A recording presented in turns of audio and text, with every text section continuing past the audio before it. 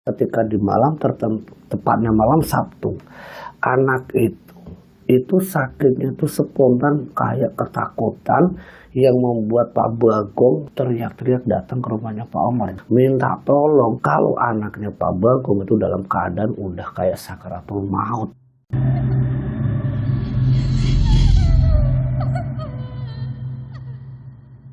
A'udzubillahi minasyaitonirrajim. Bismillahirrahmanirrahim. Assalamualaikum warahmatullahi wabarakatuh. Alhamdulillah, jumpa kembali di channel Segudang Kisah.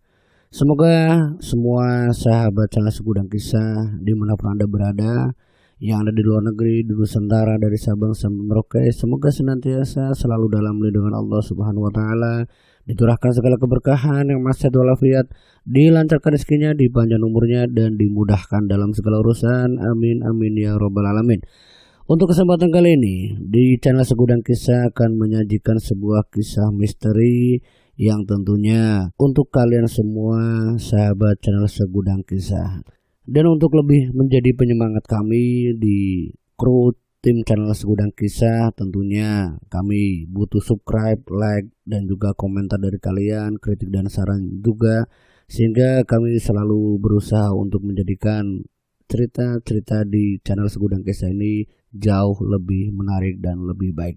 Dan tanpa basa-basi dan tidak usah lama-lama, kita langsung masuk saja ke cerita Segudang Kisah. Nah, untuk di kesempatan kali ini, Pak Ade akan mencoba menceritakan satu kisah yang terkait dengan penglaris usaha. Nah, ini diceritakan oleh narasumber bagaimana seorang pedagang yang mengkaitkan kalau usahanya ini benar-benar merasa tersaingi, yang sampai pelaku ini nekat datang ke dukun untuk meminta bantuan dari usahanya agar laris dan bisa bersaing dengan yang lainnya. Dari sebuah kisah yang dirangkum oleh pengirim cerita yang sebut saja di sini namanya Pak Omar. Pak Omar ini menceritakan kisah tentang seorang pedagang yang sebut saja pedagang gado-gado. Dia ini dagang di salah satu alun-alun kota, yang tentunya di situ kan banyak pedagang yang lainnya. Ya, ada pedagang mie ayam, bakso, soto, pedagang es dan yang lainnya. Ini yang diceritakan oleh Pak Umar. Itu ada satu nama yang sebut saja di sini namanya Pak Bagong. Pak Bagong ini adalah pelaku usaha yang tadi ya jualan gado-gado di alun-alun. Yang dirasakan oleh Pak Bagong yang menceritakan ke Pak Umar kala itu, kalau dia itu merasa dagangannya itu udah tidak lagi digemari kalangan muda ataupun orang-orang yang datang di alun-alun itu. Yang dirasa oleh Pak Bagong kala itu, kalau dagangannya ini ya kalah saing dengan yang lainnya. Tapi bukan hanya soal kalah saing atau tidak lakunya, tapi dikaitkan dengan hal-hal mistis. Yang dikaitkan dengan hal-hal yang mistis itulah yang menduga bahkan seorang Pak Bagong itu ya sampai bisa dikatakan memfitnah ya. Karena dari pedagang itu laris, dia pasti pakai penglaris. Yang dagang soto, yang dagang mie ayam, dia laris pasti datang ke dukun. Ini yang membuat Pak Umar kala itu sempat menjelaskan ke Pak Bagong, Pak Bagong, sampean itu janganlah menuduh orang yang laris itu dikarenakan penglaris. Tidak semuanya. Ya mungkin larisnya itu kan udah rezeki. Udah rezeki yang di atas itu lewat usahanya dia, dagangnya laris. Lah sampean mau laris gimana? Udah suudon, udah fitnah, belum lagi tempatnya sampean kayak gini, nggak dirapihkan, kumuh. Ya gimana orang mau datang? Ya tapi Pak Umar, dulu ya walaupun kayak gini-gini juga kan tetap aja yang datang. Lah sekarang ini udah berapa bulan loh aku dagangan ini sampai kebutuhan rumahku itu bisa dikatakan ya kalang kabut. Kalau tiap malam kayak gini kapan aku bisa jadi orang kaya? Udah sewanya mahal, hasilnya ndak ada. Itu keluhan dari Pak Bagong. Nah terus maksudnya sampean gimana ini Pak Bagong? Kata Pak Umar. Ya gini loh Pak Umar, aku tuh cerita sama sampean. Ini aku tuh minta tolong sama sampean. Sampean itu kan tahu orang-orang yang ngerti lah tentang hal-hal yang berkaitan dengan mistis. Jujur saja ya Pak Bagong, itu jawaban dari Pak Umar. Iya saya itu bukan orang seperti itu, saya itu tidak tahu. Ya memang saya sering bersiarah, sering ketemu orang-orang ahli kebatinan. Cuman kalau disuruh untuk media penglaris, ya maaf, Ya ujung-ujung sampean itu ya kalau misalkan minta tolong sama saya, sampean yang pasti itu disuruh untuk puasa, sholat, zikir malam, sholat hajat. Nah kira-kira sampean mau enggak? Ya bukannya saya pesimis nih Pak Bagong. Ya saya tahu siapa sampean. Tapi ya kembali lagi kalau sampean mau cara yang benar ya ikut saya. Saya tak bantu, kata Pak Umar ke Pak Bagong. Ya maka dari itu Pak Umar, aku minta tolong. Ya udah gini saja, sampai nanti sepulang dagangan ini ya kita datang ke rumah teman saya. Di sana ada Pak Ali. Ya udah Pak, nanti sepulangnya ya saya mampir. Iya saya tunggu. Sekitar jam mungkin 10-11 malam itu ya, Pak Bagong datang ke rumahnya Pak Umar ini dan mereka berdua langsung ke rumahnya Pak Ali yang kebetulan tidak jauh dari rumahnya Pak Umar. Nah Pak Ali ini seorang ahli kebatinan, seorang ustadz juga, seorang guru ngaji yang memang sering datangi orang-orang, intinya banyak tamunya. Nah ketika kedatangan Pak Umar ataupun Pak Bagong ya waktu itu Pak Ali juga ada tamu. Itu ada 2 orang. Sempat salam, diminta duduk, dan waktu itu ya Pak Bagong sempat ditanya sama Pak Ali. Maaf ini Pak Umar, ini siapa dan ada perlu apa? Pak Bagong langsung nyerocos kayak gitu. Gini Pak Ali, saya minta tolong ini Pak, usaha saya gado-gado saya ini udah laku. Udah hampir berapa bulan ini kebutuhannya makin tinggi, dagangan saya enggak menguntungkan Pak, tolong bantu saya. Sebentar ya Pak Bagong, saya nyelesain 2 ini. Saya nyelesaikan tamu saya ini. Oh iya Pak silahkan. Di saat Pak Ali lagi menjelaskan, ya Pak Bagong itu mendengarkan. Nah waktu itu Pak Ali sempat cerita kalau 2 orang ini laki-laki semua itu, dia juga pedagang yang disarankan oleh Pak Ali. Ya beberapa hal-hal yang berkaitan dengan ibadah, sholat malam, zikir malam, sholat duha, itu diistiqomahkan. Intinya ya terus menerus dilakukan yang insya Allah semua rezeki yang diharapkan oleh siapapun makhluk yang menghambakan diri ke hadirat Allah itu akan diberikan kemudahan jalannya. Ya soal rezeki banyak sedikitnya, terutama materi itu tergantung. Karena yang namanya rezeki itu kata Pak Ali, itu belum tentu lewatnya materi, rezeki sehat, rezeki yang lain. Nah jadi disitulah kalian berdua ini ya lakukan aja secara terus menerus. Itu didengar sama Pak Bagong dan juga Pak Umar. Nah ketika mereka berdua itu tamunya Pak Ali itu udah pamitan ya, gilirannya Pak Bagong. Pak Bagong yang sempat cerita di awal tadi itu langsung dijelaskan sama Pak Ali. Pak Bagong, sampean ya pingin usahanya laris kan? Iya Pak Ali, gimana caranya? Sama tadi kan baru dengar apa saya yang sampaikan ke 2 orang tadi. Ya semua itu butuh proses. Tidak spontan yang namanya usaha langsung laris itu enggak Pak. Tapi kalau ada niat, ada ikhtiar ya, doa sama usaha, insya Allah Pak dagangannya sampean walaupun udah harus dagangan ini tuh dan sebagainya bakal laku. Jadi sampean itu yakin saja kalau dagangan itu sampean laku. Sampean itu udah gado-gadonya enak luar biasa. Itu disanjung sama Pak Ali dan Pak Umar juga ngerasa kalau dagangan gado-gadonya memang bisa dirasa, intinya ada rasanya, cuman ya mungkin rasa syukurnya si Pak Bagong ini tidak ada. Nah waktu itu juga sempat disinggung sama Pak Ali, ya gini saja Pak Bagong, kesampean ini ya sebenarnya dagangan itu udah luar biasa, tempatnya udah enak, di alun-alun, cuman jaga kebersihan. Jaga kebersihannya nanti juga bakal ada tamu yang datang. Tapi Pak Ali, saya maaf ini ya, saya agak lancang, kata Pak Bagong sempat ngomong kayak gitu sama Pak Ali. Pak saya itu butuh yang cepat Pak, soalnya ini kebutuhan di rumah itu udah mendesak Pak, ada yang butuh biaya sekolah, belum cicilan motor, belum yang lainnya. Ini Pak tolong ya, biar saya cepat. Waktu itu Pak Ali sempat menjelaskan juga ke Pak Bagong. Pak Bagong, terus terang ya, saya itu bukan yang menentukan rezeki. Sebenarnya rezeki itu ya tergantung dari sampean sendiri. Sampean sendiri yang bisa merubah nasib keluarga sama ya sampean sendiri, bukan saya. Ya gini aja, saya kasih masukan, kalau mau dilakukan silahkan, tidak pun silahkan, kata Pak Ali menjelaskan ke Pak Bagong. Yang diingat oleh Pak Umar kala itu, yang pertama dari Pak Ali, sering-seringlah istighfar. Yang kedua, sholatnya diperbaiki. Yang ketiga, kalau bisa sholat malam, sholat duha dilakukan. Namun baru 2 syarat saja dijelaskan Pak Bagong. Pak kalau kayak gitu kayaknya agak berat Pak. Jangan yang kayak gitu Pak, kasih jimat atau apa. Astagfirullahaladzim, itu terucap dari seorang Pak Ali. Kalau sama mau nyari jimat itu bukan ke saya. Kalau saya itu terus terang ya berusaha untuk mendekatkan siapapun yang datang ke saya, ya saya jalankan sesuai dengan syariahnya, ya dekat dengan sang penciptanya. Itu akan jauh lebih baik daripada lewat jimat yang bantuan perewangan yang kalau baik ya, kalau nanti minta timbal balik atau sebagainya, itu resiko Pak. Dan itu secara tidak langsung yang menyekutukan sang pencipta. Memang pada dasarnya yaitu awalnya perewangan, sambal soleh dan sebagainya, tapi ujung-ujungnya dia pingin sampai itu mengikutinya. Itu saya tidak mau pakai yang kayak gitu. Dan Pak Bagong yang sepertinya tidak suka dengan pencerahan ataupun ajaran dari Pak Ali ini, Pak Bagong itu kelihatan cemberut dan sempat mencolek Pak Umar ini. Pak, kita balik ya. Ya, kita dengarkan dulu. Pak Ali, maaf ini Pak, itu lagi posisinya lagi menjelaskan terkait dengan penglaris yang sebaik-baik penglaris. Namun Pak Bagong yang tidak suka ini ya, dia secara terbuka juga berani bilang sama Pak Ali, mohon maaf ya Pak, saya tidak bisa kayak gitu Pak, kita kebutuhannya tidak ada kayak gini Pak. Ya terserah, sampai yang tadi kan cuma saya saran saja.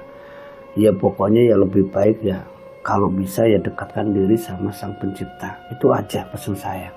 Ya Pak Ali, makasih pencerahannya, saya permisi dulu ya. Ayo Pak Umar kita pulang. Pak Umar pun akhirnya sempat meminta maaf sama Pak Ali, maaf ya, saya ngajak salah orang. Itu secara pribadi, karena Pak Bagong udah keluar ambil sandal. Dia hanya ngantar sampai ke rumahnya Pak Bagong. Dan sesampainya di rumahnya Pak Bagong, ya Pak Umar itu sempat ya ada sedikit kecewa karena Pak Bagong itu diajak ke Pak Ali itu maksudnya biar mengikuti sarannya, tapi Pak Bagong itu justru malah kecewa, sempat menceritakan tentang keadaan yang membuat dia itu berat untuk melakukan apa yang disampaikan oleh Pak Ali. Nah dalam obrolan itu ya malam itu ya sekitar jam 12 malam itu mereka dua masih ngobrol itu Pak Umar sama Pak Bagong, yang intinya Pak Bagong itu memang lebih yakin, lebih optimis lewat orang pintar. Walaupun waktu itu Pak Umar sempat jangan kayak gitu Pak Bagong, sama kan udah denger tadi dari Pak Ali. Itu awalnya memang ya ngebantu, tapi ujung-ujungnya apa? Ya musyrik. Udahlah Pak Umar, aku udah butuh yang lama kayak gitu, aku butuhnya instan. Kamu kan tahu keadaan keluargaku ini lagi gak karuan. Ya terserah sampean lah Pak Bagong. Aku udah usaha nasihati, aku udah berusaha untuk sampean itu jangan ke situ. Dan Pak Umar pun sempat pamitan. Ya karena Pak Umar udah ngerasa kalau Pak Bagong itu udah tidak butuh lagi dia, bahkan dia lebih memilih untuk datang ke dukun. Dan ternyata ya setelah beberapa hari, tepatnya 1 minggu, Pak Bagong sama Pak Umar itu udah ketemu. Ketika bareng keluarganya Pak Umar itu lagi ya keluar malam lah, jalan-jalan bareng keluarganya di alun-alun. Itu ngelihat warung makan gaduh-gaduhnya Pak Bagong, itu terlihat banyak pengunjung. Ini sempat ya rasa syukur alhamdulillah lah yang namanya Pak Bagong itu terlihat laris. Mungkin dia udah ngelakuin apa yang disarankan Pak Ali. Nah setelah Pak Umar itu ngajak jalan bareng keluarganya, dia sempat balik. Yang rasa penasarannya Pak Umar itu kan juga sempat dia bertanya-tanya. Sampai jam 10-11 itu Pak Bagong kan udah tutup gaduh-gaduhnya yang di alun-alun. Dihampiri sama Pak Umar. Pak Bagong, tadi aku lihat sampai itu kayaknya laris sekali itu warungnya. Ya begitulah keadaannya Pak Umar. Sekarang ya aku udah jauh lebih baik. Gimana nih, bener yang disampaikan Pak Ali kamu udah lakuin? Pak Ali siapa? Astagfirullah, itu loh. Enggak, saya enggak kayak gitu. Saya tuh datang ke orang pintar. Maksud kamu? Ya saya lewat dukun lah, orang pintar ngapain sama Pak Ali? Suruh ini suruh itu. Dia tuh cuma ngasih, kamu tahu enggak Pak Umar? Dia tuh ngasih jimat aja. Ya tinggal ngasih apa sih? Bakar kemenyan, ngasih kembang 3, udah itu aja kok. Dan itu udah repot. Dan nyatanya apa? Sabar lihat sendiri kan tadi. Warung saya laris. Itu udah berapa hari? 3 hari ini aku lakuin. Bakar kemenyan sembari kembang itu saya taruh di setiap warung. Itu ya kayak gitu. Astagfirullahaladzim Pak Bagong. Udahlah Pak Umar, gak usah nyebut-nyebut di depan saya. Ini urusan saya sama keluarga saya. Yang penting keluarga saya tenang. Dan sekarang lihat 3 hari ini ya, anak saya keinginannya udah ya terselesaikanlah masalah sekolah, belum lagi cicilan ya kita cari besok lagi. Tapi intinya ya udah adem keluarga ini. Dan kamu tahu Pak Umar, hasilnya itu gimana? Luar biasa, 2 kali lipat dari yang sebelumnya. Nah ini saya kepingin datang lagi ke rumah dukun itu biar hasilnya itu jauh lebih banyak lagi. Saya pengen kesana lagi. Saman mau kesana lagi, ini kan udah banyak. Udah, Saman mau tahu gak siapa dukunnya? Siapa sih Pak Bagong? Ikut aja yuk. Beneran Pak, Saman mau ngajak saya. Ya barangkali sampean mau usahanya sampean itu yang usaha kecil-kecilan yang dipegang istri mau laris, ayo tak antar. Pak Umar itu ditawari juga sama Pak Bagong. Dan waktu obrolan itu ya sempat intinya bangga diri dengan penglaris tersebut. Dan ketika Pak Bagong yang memang sudah merencanakan untuk datang ke dukun lagi, yang tanpa kabar itu tiba-tiba datang ke rumahnya Pak Sugeng dan menawarkan ke Pak Sugeng, Pak Sugeng gimana mau ikut enggak? Ikut kemana Pak Bagong? Udah ikut saja, nanti kamu juga tahu. Mereka ini Pak Bagong sama Pak Umar itu yang memang sudah terbilang sangat akrab ya, tetanggaan. Nah waktu diajak sama Pak Bagong, Pak Umar tanpa pikir panjang dia langsung ikut sama Pak Bagong. Dan ternyata tujuannya itu yang tak lain ke rumah sang dukun. Nah sampai di rumah sang dukun itu ya Pak Umar itu sempat diminta juga sama Pak Bagong, Pak Umar sampai ikuti saja kayak saya, biar dagangan di sampai itu laris, biar nggak ngerepotin sampean, biar jadi toko sembako gede. Waktu itu ya sempat terdiam itu Pak Umar. Ya nantilah saya pikir-pikir dulu. Ya udahlah, biar saya aja yang ngomong. Mbah begini ya Mbah, saya ini usahanya ya terima kasih Mbah udah laris Mbah, tapi kalau bisa Mbah usaha saya biar 2 kali lipat atau lebih banyak lagi itu gimana Mbah caranya. Dan sang dukunnya pun menjelaskan ke Pak Bagong, Pak Bagong, jimat yang kemarin itu kan udah luar biasa, apa masih kurang? Kurang Mbah. Ya udah gini saja, di rumah kamu buka usaha enggak? Enggak Mbah. Ya udah buka saja di rumah, tapi yang jaga istri kamu. Tapi saya kan enggak bisa Mbah, kayak saya jual gado-gado. Udah, suruh aja jualan. Yang penting kamu tahu kan maharnya. Iya Mbah, saya ngerti Mbah maharnya. Ya udah, si Mbah kasih lagi. Jadi caramu bisa dapatkan berkali-kali lipat itu ya dengan cara buka cabang. Nanti Simbah bantu sebentar, Simbah ke dalam dulu. Pak Umar itu nunggu Simbah dukun itu masuk ke dalam. Nanda berselang lama Sandul itu keluar ngasih jimat ke Bagong. Bagong, ini jimatnya seperti kayak yang kemarin sama. Namun bedanya kamu kan pingin hasilnya 2 kali lipat. Ada syarat-syarat yang harus kamu penuhi. Yang pertama itu kembangnya juga 3 rupa. Tapi ini bukan 3 rupa, 7 rupa. Kamu penuhi saja. Kalau di tempat kamu sebarkan 3 rupa kan. Kalau yang di rumah kamu 7 rupa. Ingat. Dan nanti akan saya jelaskan perkembangannya. Yang penting kamu sering datang ke sini saja. Iya Mbah. Saya pasti akan ke sini terus Mbah. Pokoknya kalau hasilnya luar biasa ya saya pasti ke sini Mbah bareng istri saya. Nah terus kamu gimana Pak Umar? Tanya sang dukun itu. Ya saya pikir-pikir dulu Mbah, melihat si istrinya Pak Bagong ini gimana dulu. Kamu udah percaya sih Mbah? Ya bukannya saya tidak percaya Mbah. Saya kesini juga kan diajak sama Pak Bagong Mbah. Memang saya ya belum kepingin Mbah. Saya belum kepingin ya biar dikit-dikit tidak apa-apa, lagian juga saya masih kerja. Kamu tidak percaya atau gimana sama saya? Itu dimarah-marahi sama sang dukun Pak Umarnya. Sampai Pak Bagongnya mencoba menengahi. Mbah udah Mbah. Tidak apa-apa, memang teman saya itu tidak mau kayak ginian Mbah. Oh jadi dia tuh tidak mau. Buktikan Bagong kalau kamu itu bisa seperti orang yang kaya raya. Jangan kayak dia, tidak punya apa-apa. Itu direndahkan Pak Umar. Tapi Pak Umar ya tetap diem aja. Iya Mbah tidak apa-apa, orang saya memang kayak gini Mbah. Ya udah lain kali Bagong jangan ajak orang ini ke sini. Itu secara terang-terangan Pak Umar itu dikatain sama sang dukun seperti itu.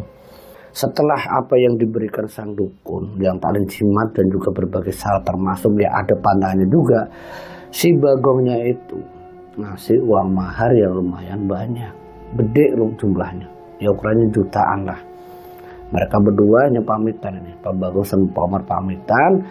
Setelah Pak Bagong sama Pak Umar ini hanya pamitan, beberapa harinya itu Pak Bagong itu memang ia bangun sebuah tempat yang layaknya seperti kayak rumah makan, yang itu rencananya ya pasti tidak jauh dari gado-gado yang akan digunakan oleh istrinya. Mungkin rumah makan atau apa, karena waktu itu ya belum dipakai. Namun setelah 1 minggu tepatnya semenjak datang ke rumah sang dukun, ya Pak Umar itu kan tetangganya, dia sempat nanya juga, ini mau dibuat jualan apa Bu? Jualan apa Pak Bagong? Ya rencananya sih mau buat warung makan biasa, soalnya istri saya kan tidak bisa bikin gado-gado. Mau buat rumah makan, ya buat lingkungan sekitar lah, barangkali ada yang pengen sarapan, ada yang pengen makan siang atau sore kan, ya biar nambah-nambah. Itu yang dijelaskan Pak Bagong, yang akhirnya memang juga dikerjakan sama Bu Iem, ya sebutan saja ini istrinya Pak Bagong.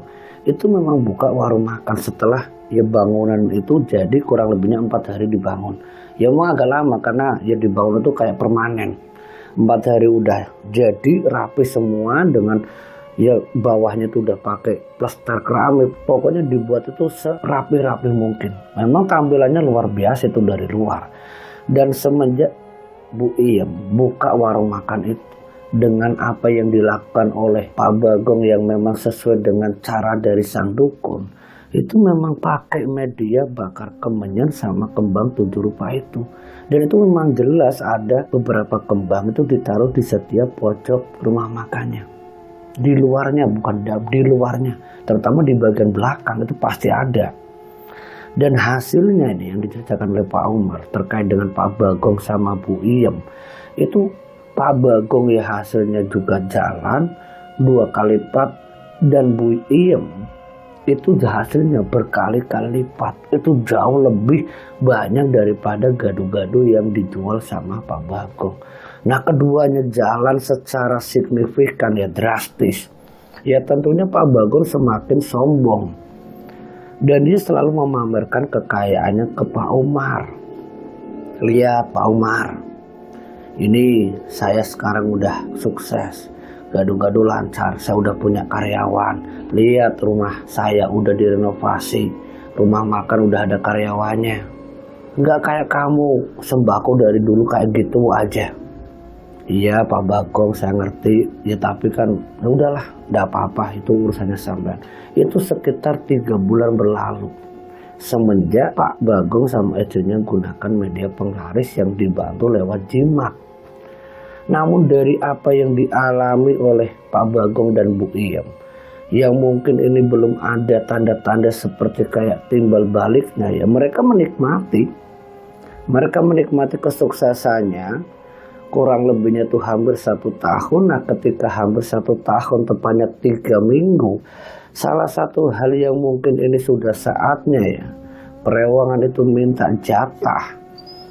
Itu tidak dipercaya sama Pak Bagong kalau anaknya sakit, yang sering sakit-sakitan tidak wajar, udah sering diem sendiri, udah sering ngomong sendiri, pokoknya banyak menyendirinya. Ini ciri-ciri orang yang akan ditumbalkan. Tapi bagi Pak Bagong yang disampaikan lewat Pak Umar, dia tidak peduli, dikiranya itu ya memang anaknya pendiam, tidak suka kemana-mana. Tapi setelah beberapa tanda-tanda itu, seminggu setelahnya dia jatuh sakit. Sakitnya ini dia setiap malam itu demamnya tinggi, namun pagi harinya anak itu masih bisa sekolah. Itu anaknya itu udah kelas 3 SMA. Itu anak pertamanya dari Pak Bagong dan Bu Iem. Anak laki-laki. Dan itu pun seusia anaknya Pak Umar ini. Sama-sama satu sekolahan dan kebetulan satu kelas. Nah di saat di dalam kelas itu yang memang benar-benar tidak disangka oleh anaknya Pak Umar, yang sempat cerita kalau anaknya Pak Bagong itu kadang kayak ngomong sendiri, kayak ketakutan sendiri. Itu dijelaskan juga lewat Pak Umar ke Pak Bagong, kalau anakmu itu udah sering melihat gaib, dia seperti kebuka mata batinnya. Itu sudah seminggu sebelum dia jatuh sakit. Dan itu hanya benar-benar terjadi setelah malam harinya dia sakit, yang paginya dia sempat sekolah, cuman bertahan 3 hari. yang akhirnya membuat si anaknya Pak Bagong itu benar-benar sakit, langsung dibawa ke rumah sakit yang menurut Pak Bagong itu sakit yang wajar.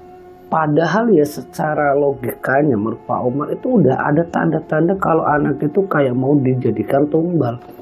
Namun bagi Pak Bagong, orang tua yang termasuk Burim itu masih menganggap itu penyakit biasa yang bakal sembuh. Karena penyakit yang dideteksi itu ya gejalanya tipes, kurang istirahat, tensinya rendah. Memang tensinya rendah ya karena anak itu kalau tiap malam sakit panas tidak bisa tidur.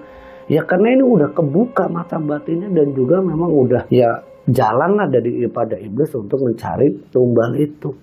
Pak Usman yang berusaha untuk menjelaskan bahwa anak boleh diincar, tapi Pak Bagong tetap tidak peduli. Di rumah sakit itu ada 2 minggu. Tidak kunjung pulang, tapi sampai telah 2 minggu sempat ya keadaannya udah membaik, tapi sebenarnya itu tidak membaik. Si anaknya Pak Bagong yang dijenguk juga para guru-gurunya, teman-temannya ketika sampai di rumah, udah 2 minggu dia ada di rumah sakit. Sampai di rumah itu ya keadaannya memang sebenarnya sudah membaik secara kelihatan fisiknya. Namun beban mentalnya diajak bicara udah nggak nyambung. Itu yang terjadi sama anaknya Pak Bagong. Yang keduanya, ketika diajak ngomong itu selalu terlambat, ya kayak terlambat jawab. Telat mikir atau mungkin ya kayak orang itu udah nggak fokus. Dan itu yang dialami sama anaknya Pak Bagong.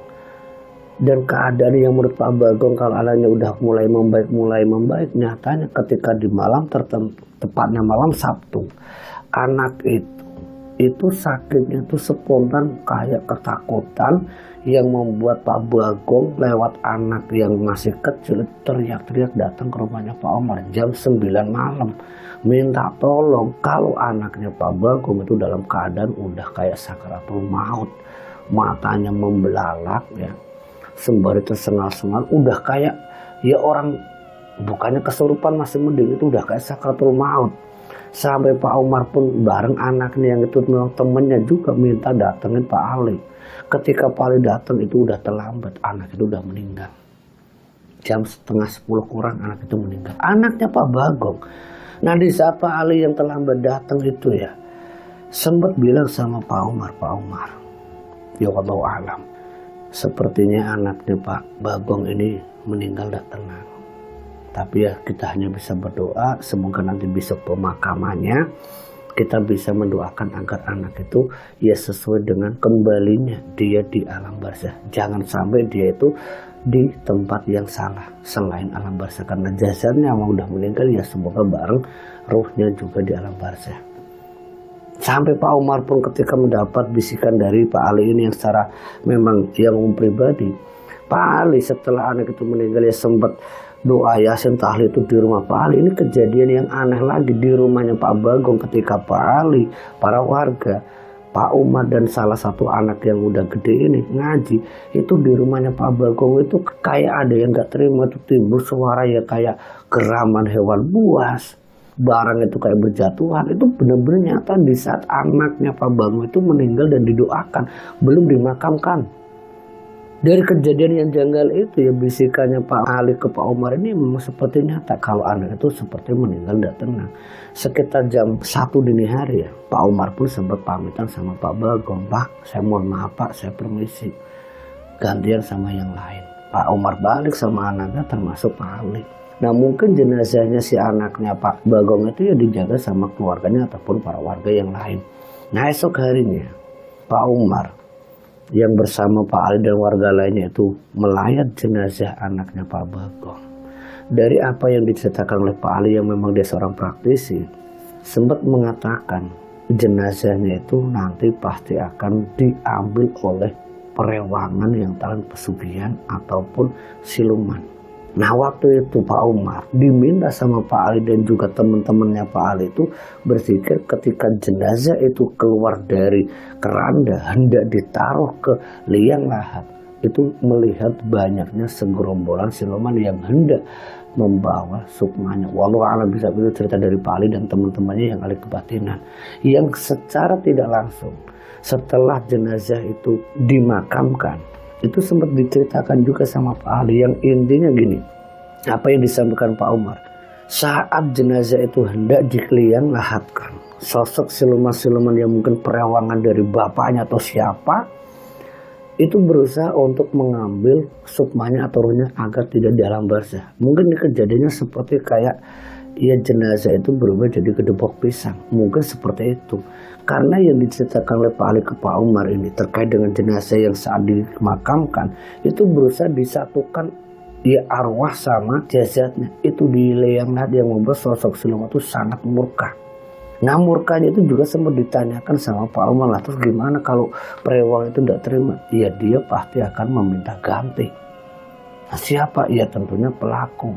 Ini ada kaitannya orang yang sudah membuat si anaknya Pak Bagong itu meninggal. Nah siapa pelakunya Pak Ali? Ya Allah alam, saya tidak tahu. Dan mendengar apa yang disampaikan oleh Pak Ali, ya Pak Umar itu berusaha untuk memendam apa ini, jangan-jangan pelakunya itu adalah bapak ibunya sendiri. Karena bapak ibunya itu yang memang usahanya itu luar biasa, kekayaannya luar biasa, apa jangan-jangan ada kaitannya dengan penglaris yang diberikan sang dukun. Perewangannya itu minta tumbal anak. Tapi jimat apa iya sampai segitunya? Sampai apa yang menjadi penasarannya Pak Umar, itu ya ketika malam harinya kan ada tahlil 7 hari 7 malam. Nah dalam pengajian yang kurang lebihnya 7 hari 7 malam, itu memang beberapa hal-hal yang terjadi di rumahnya Pak Bagong itu ya seperti kayak ya mungkin bahasanya itu tanda-tanda yang nggak benar. Ketika digunakan ngaji itu di rumahnya Pak Bagong, itu di dalam kamar atau di kamar belakang itu sering terdengar suara yang sangat aneh. Ada suara cekikikan, ada suara kayak hewan buas.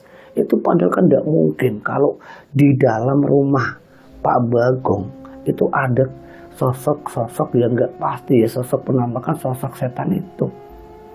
Itu ketika 7 hari yang ngedenger itu bukan cuma 1 atau 2 setelah 7 hari pemakaman anaknya Pak Bagong ini.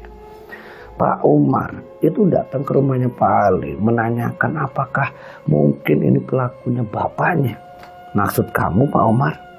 Ya soalnya kemarin kan sampean juga mendengarkan kalau pas lagi ngaji tahlil itu kan seperti itu Pak Ali. Apa benar ya kalau Pak Bagong itu pelakunya? Jangan nuduh, kata Pak Ali ke Pak Umar. Jangan nuduh, nanti timbulnya fitnah. Ya kita tinggal buktikan saja. Kalau memang Allah memberikan petunjuk untuk kita bahwa pelakunya bukan Pak Bagong, ya tentunya dia tidak apa-apa. Tapi kalau mungkin dia pelakunya, walau alam juga mungkin dia atau istrinya yang kena. Dan setelah 7 hari semenjak pengajian rutin tahlilan untuk mendoakan almarhum anak Bagong yang pertama, belum ada 1 bulan istrinya Pak Bagong itu sakit. Istrinya Pak Bagong itu sakit. Nah sakit yang dialami oleh istrinya Pak Bagong ini tentunya rumah makan itu kan tutup. Ya tidak mungkin dia jualan. Itu usia atau jangka waktu penglaris digunakan itu sudah 1 tahun. Udah 1 tahun lebihnya itu ya mungkin sebulan 2 bulan lah. Itu pokoknya tepat 1 tahun semenjak penglaris yang digunakan Bagong ataupun istrinya namanya Iyem. Nah istrinya Iyem yang sakit ini, sakitnya itu udah jauh beda sama anak pertamanya. Ini yang membuat Pak Bagong itu pun bertanya-tanya jangan sampai kejadian ini terulang kembali. Sampai akhirnya Pak Bagong itu datang ke Pak Umar menanyakan apa benar yang dulu kamu katakan kalau anak itu ditumbalkan. Jawaban dari Pak Umar, kalau kamu ingin percaya, ya kamu minta sama yang di atas. Tapi lewat bantuan ya kayak Pak Ali, kayak teman-temannya, insya Allah ada petunjuk. Kekhawatiran seorang Pak Bagong ini, karena istrinya itu memang sudah sakitnya, udah kayak anak pertamanya, ya pokoknya udah tanda-tanda itu udah terlihat sama. Sampai hanya Pak Bagong bareng Pak Umar ke Pak Ali yang ditemani para praktisi yang lain menjelaskan bahwa di balik meninggalnya anakmu itu tak lepas dari ritual yang kamu lakukan. Ritual apa Pak Ali? Ritual apa Pak Ustadz? Ya sampean ritualnya mungkin ritual apa? Nah itu warung yang sampean buka tiap hari sebelum ibu sakit itu dikasih kembang-kembang itu bukan ritual. Ya itu kan hanya sekedar kembang sih Pak Ali. Sampean itu ya Pak Bagong itu enggak tahu. Saya dulu pernah bilang sama sampean, sedikit demi sedikit apa yang diberikan mungkin waktu itu sama enggak sadar. Tapi setelah sampean punya segalanya kayak gini, Apa mungkin dia akan memberi segalanya tanpa timbal balik? Nah sekarang Sampean udah mendapatkan apa yang sudah Sampean inginkan. Dia minta yang diserahkan siapa? Anaknya Sampean. Tidak mungkin anak saya ditumbalkan oleh saya sendiri Pak Ali. Ya mungkin Sampean tidak percaya, tapi ini istrinya Sampean. Saya sempat bilang sama yang lainnya, ke Pak Omar juga. Kalau anaknya Pak Bagong ini insya Allah aman di alam barzah, sudah tenang di alam barzah, pasti ini berimbas pada pelakunya. Nah sekarang istrinya Sampean, iya benar Pak Bagong, saya ini mau diceritakan sama Pak Ali, yang lainnya itu seperti itu. Ini pasti ada kaitannya dengan jimat yang Sampean berikan ke istri Sampean. Apa mungkin itu Pak Ali? Ya mungkin, tidak mungkin, ini udah terjadi. Sekarang boleh saya menanyakan ke Pak Bagong, jimat apa yang Sampean pegang? Pak Bagong pun yang memang khawatir yang baru ditinggalkan anaknya, tentunya kan tidak mau ditinggalkan istrinya, namanya Iem. Pak Bagong masuk ke dalam, dia serahkan 2 jimat. Ini Pak Ali, ini saya pakai ini Pak Ali selama setahun ini. Itu dalam bahasanya Pak Ali, itu sempat dia kaget, benar-benar kaget, mengucap istighfar beberapa kali. Sempat Pak Ali itu diem sembari berpikir. Nah setelah kurang lebihnya mungkin ada 5 menitan lebih itu Pak Ali itu berzikir, dia baru jelasin ke Pak Bagong, Pak Bagong, jimat ini barusan dia tuh datang menemui saya. Wallahu alam, sama percaya atau tidak, dia meminta ganti setelah anaknya bapak itu gagal ditumbalkan. Maksudnya Pak, dia kemarin memang lancang, saya sama teman-teman saya berharap minta kepada Sang Pencipta semoga jenazah anaknya sampai itu benar-benar ditempatkan di alam yang semestinya, yaitu alam barzah. Dan alhamdulillah saya melihatnya ya anaknya Sampean sudah tenang di alam barzah. Tapi dampak dari ketenangan anaknya Sampean ini, istrinya Sampean ini lagi diancam. Nah terus bagaimana nih Pak Ustadz, Pak Ali? Ya Sampean terutama Pak Bagong, kalau bisa jimat ini kembalikan ke sang dukun dan tobatlah. Tobat insya Allah bisa. Beneran Pak Ali, Sampean yakin bahwa Allah itu maha segala-galanya, tidak ada yang tidak mungkin.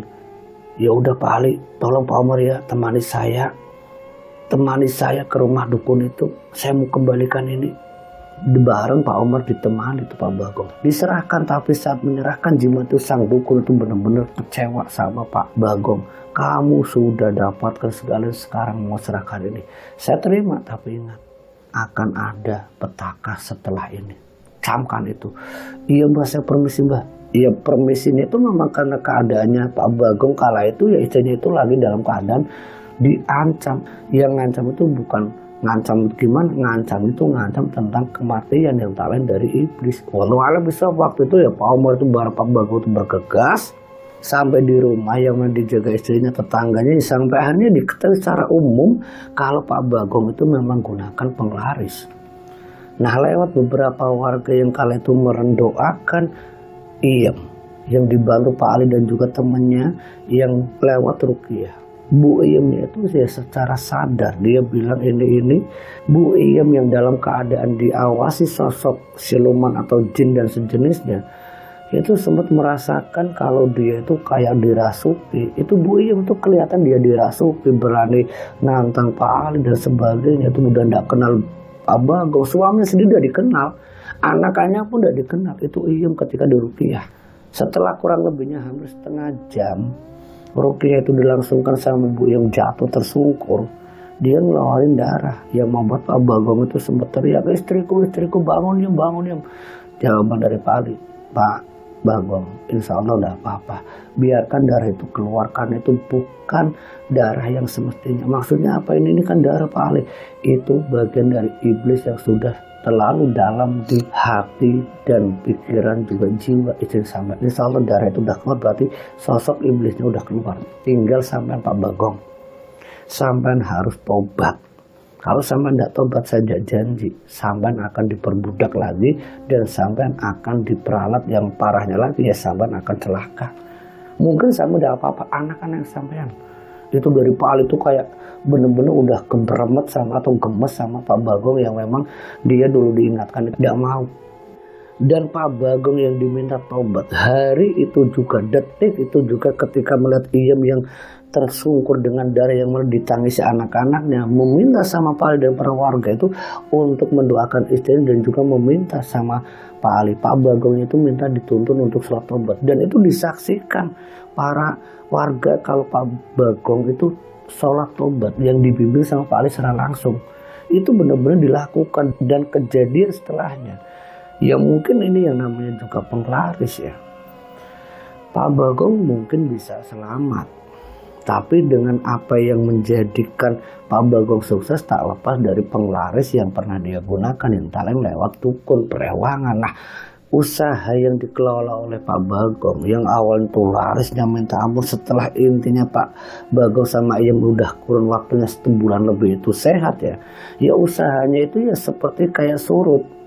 Rumah makan udah tidak pernah buka ya karena Pak Bagong minta Iem itu istirahat. Sebulan lebih itu rumah makan udah pernah buka. Termasuk ya gaduh-gaduh yang dikelola oleh Pak Bagong pun udah sangat beda. Bukannya laris, malah benar-benar kadang tidak laku. Iya, itu yang dialami oleh Pak Bagong. Sampai aja Pak Bagong ya lebih memilih untuk apa adanya. 2-3 bulan apa yang dia pernah dapat itu ya ada saja jalan untuk diambil hartanya. Anaknya sakit, Bu Iem juga kadang baru sembuh sakit lagi. Intinya banyak hal-hal yang tidak berkah. Ada saja cara iblis itu ngambil ya, lewat sakit lah, lewat inilah, lewat itulah. Pokoknya sampai hampir setahun apa yang dulu dia bangga-banggakan tentang kekayaan dari penglaris seperti sirna begitu saja. Tapi semenjak Pak Bagong tobat dengan ikhtiarnya, ya dia pasti gaduh-gaduh di alun-alun. Ya setidaknya dia bersyukur itu tidak ada pantangan ataupun sesuatu yang berkaitan dengan petaka. Intinya ancaman dari sang dukun itu tidak terjadi. Dan itu yang terjadi sama Pak Bagong dan keluarganya. Alhamdulillah semuanya kembali normal. Walaupun Pak Bagong dan keluarganya sudah kehilangan 1 nyawa yang paling anak pertamanya. Semoga dari kisah ini kita bisa ambil hikmah dan pelajarannya. Jumpa kembali di channel Segudang Kisah. Wassalamualaikum warahmatullahi wabarakatuh.